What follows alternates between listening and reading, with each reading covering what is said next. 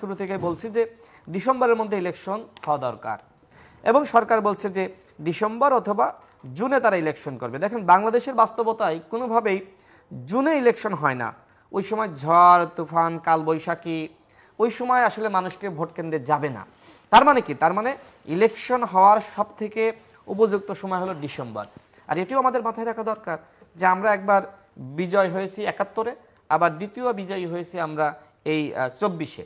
আমার কাছে যেটি মনে হয় যে সবথেকে ভালো হতো যদি আগস্টে সরকার নির্বাচন করতে পারত। ১ আগস্ট, ৫ আগস্ট, পরের বছরের ৫ আগস্ট, যেহেতু করলো না সেহেতু আমার কাছে মনে হয় যে অবশ্যই ডিসেম্বরে আমাদের বিজয়ের মাসে আরেকটা বিজয় নির্বাচনের মাধ্যমে আন্তর্জাতিক বিশ্বকে দেখানো যে আমরা এমন একটি নির্বাচন করেছি, এই নির্বাচন আন্তর্জাতিক মানে আমাদের গণতান্ত্রিক প্রক্রিয়াটি উত্তরণ ঘটলো। এক্স্যাক্টলি। তো এই নির্বাচনটা যদি সরকার ডিসেম্বরে করে সরকারের জন্য ভালো হবে। অন্যথায় সমস্যা হলো যে যখন ডিসেম্বর অতিক্রম করবে তখন বিএনপি মনে করবে যে সরকার হয়তো আরেকটি ১/১১ সৃষ্টি করতে চাই, আমরাও একইভাবে মনে করব। কিন্তু সেটা বোঝার জন্য কি ডিসেম্বর পর্যন্ত, যদি আপনি ডিসেম্বর অতিক্রম করলেই মনে করেন তাহলে ডিসেম্বর পর্যন্ত আপনাকে যেতে হবে? সেটার জন্য অবশ্যই ডিসেম্বর পর্যন্ত না, কারণ একটা ইলেকশনের স্কেজুল ঘোষণাগুলো তো ৩ মাস সময় দিয়ে বা ২ মাস। তার মানে আমাদের অক্টোবর পর্যন্ত আমাদের দেখতে হবে। যদি অক্টোবরে তারা তফসিল ঘোষণা না করে দেন রাজনৈতিক দলগুলো বসে সিদ্ধান্ত নেবে। আর এর মাঝখানের কর্মযোগ্য দেখে বোঝা যাবে যে সরকার কোন পথে হাঁটছে। সুতরাং সরকারকে অবজারভেশন করা, তাদের কর্মযোগ্য ফলো করা এবং চোখে চোখ রাখা যে সরকার কোথায় যাচ্ছে। আমরা যারা সরকারের ভুল নিয়ে সমালোচনা করি আর ভালো কাজ নিয়ে প্রশংসা করি, অনেকে এটাকে পছন্দ করছে না। সবাই চায় যে আমরা সরকারের দালাল হয়ে যাই। কিন্তু আমি কি সরকারের সুবিধাভোগী? আমি কি সরকারের কাছ থেকে মন্ত্রিত্ব পেয়েছি? আমি কি সরকারের কাছ থেকে গাড়ি পেয়েছি, বাড়ি পেয়েছি? আমি কি তদবির বাণিজ্য করি? যারা এগুলো করছে তারা সরকারের সুবিধাভোগী। তারা মনে করে সরকার ৫ বছর থাকলে তো ভালো, আমার জন্য লুটপাটের জন্য ভালো, দুর্নীতির জন্য ভালো, নিয়োগ বাণিজ্যের জন্য ভালো, ডিসি নিয়োগ দিতে পারবো, এসপি নিয়োগ দিতে পারবো, আমার মতো করে সরকারকে ব্যবহার করতে পারবো, আমার পুরো উপদেষ্টা পরিষদ আমার কথায় চলবে, আমার কথায় হাসবে, আমার কথায় নাচবে কাঁদবে।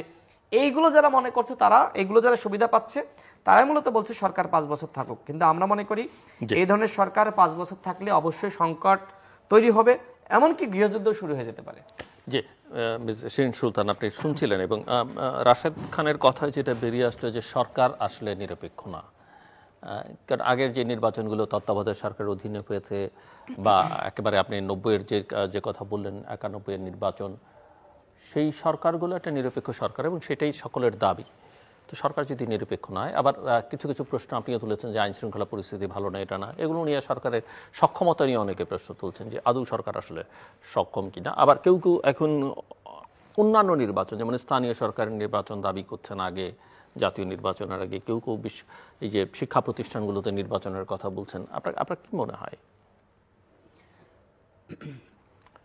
স্থানীয় সরকার নির্বাচন নিয়ে আমরা যেটা দেখছি বা যেটা আমরা সোশ্যাল মিডিয়া সব বিভিন্ন জায়গায় দেখছি যে এই সরকারের উপদেষ্টা সহ এনসিপির বেশ কয়েকজন নামও এসছে যারা ইতিমধ্যে তারা ওই আপনার স্থানীয় সরকার নির্বাচনে বিশেষ করে ঢাকা সিটিতে উত্তর দক্ষিণে কাদেরকে তারা প্রশাসক হিসেবে নিয়োগ দিবে বা কাউন্সিলর নিয়োগ দিবে তাদের নিয়ে তারা দেখলাম যে তারা বাণিজ্য করছে।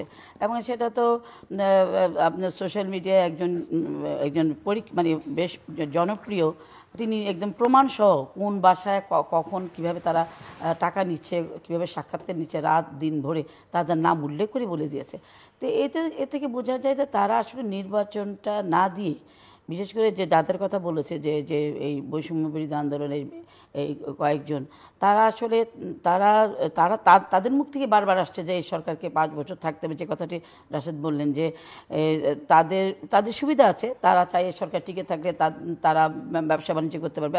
আমার অবাক লাগে যে দুইজন উপদেষ্টার, বিশেষ করে আসিফ মাহমুদ এবং স্বাস্থ্য উপদেষ্টার দুজনের পিএস দুর্নীতির দায়ে, দুর্নীতি যাদেরকে তারা চাকরিচ্যুত করলো, তাদেরকে বরখাস্ত করা হলো, তাদের এপিএসদেরকে, তারা এখন পর্যন্ত কীভাবে উপদেষ্টার দায়িত্বে থাকে। তো এই যে একটা এই যে মানে এই সরকারের যে আপনার জনগণের কাছে যে জবাবদিহিতা নাই বলে আজকে তারা এগুলো করার সুযোগ পাচ্ছে। না হলে আপনি আজকে যদি একটি গণতান্ত্রিক সরকার থাকতো, সেটা শেখ হাসিনার মতো নির্বাচনের মাধ্যমে গণতান্ত্রিক সরকার নয়, সেটা যদি আজকে সত্যিকার অর্থে গণতান্ত্রিক সরকার থাকতো তাহলে তাহলে কিন্তু উপদেষ্টার বিরুদ্ধে যে অভিযোগ এসছে সাথে সাথে কিন্তু এই দুজন উপদেষ্টা পদত্যাগ করা উচিত ছিল, কিন্তু তারা সেটা করছে না। তারা আসিফ মাহমুদ বলছে যে তার বাবা লাইসেন্স করেছে, সে দুঃখ প্রকাশ করেছে।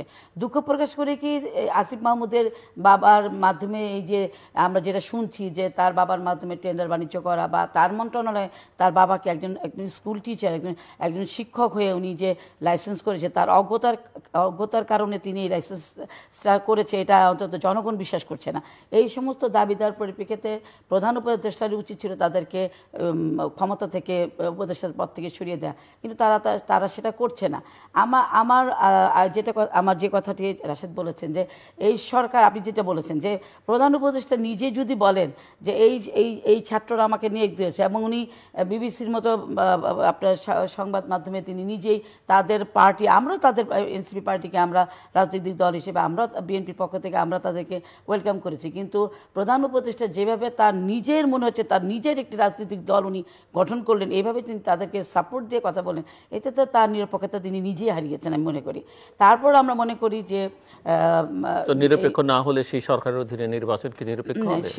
সেটাই, সেই জন্য যেটা কথা রাশেদ বলেছে যে আমাদের দেখার বিষয় আছে, আমরা অক্টোবর পর্যন্ত দেখতে চাই ওনারা কি আরও এইভাবে এগিয়ে যাবেন নাকি ওনারা নিরপেক্ষ থাকার চেষ্টা করবেন।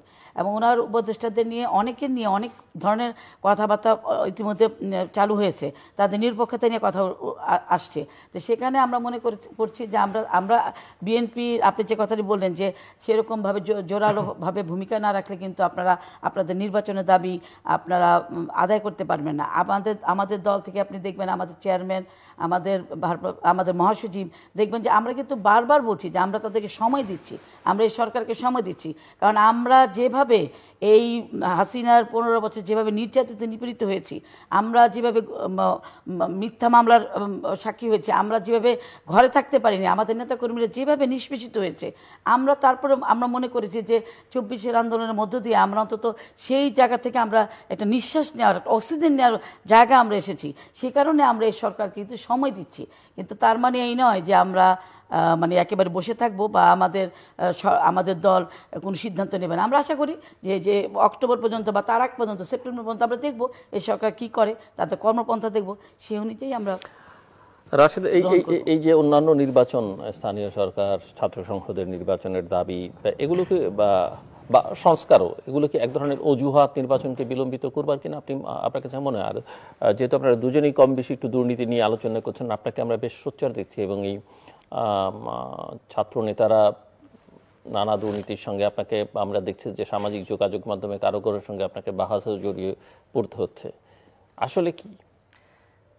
শুরুতে মনে হয় এটা নিয়ে কথা বলি। দেখেন, যেহেতু এই সরকারে যারা আছে আর এনসিপি যারা গঠন করেছে সবাই তো আমাদের পরিচিত, একসাথে বিভিন্ন সময় উঠা বসা, তাদেরকে আমরা চিনি, আমাদেরকে তারা চিনে, এবং তারা যা করে তার সকল তথ্য আসলে আমাদের কাছে চলে আসে।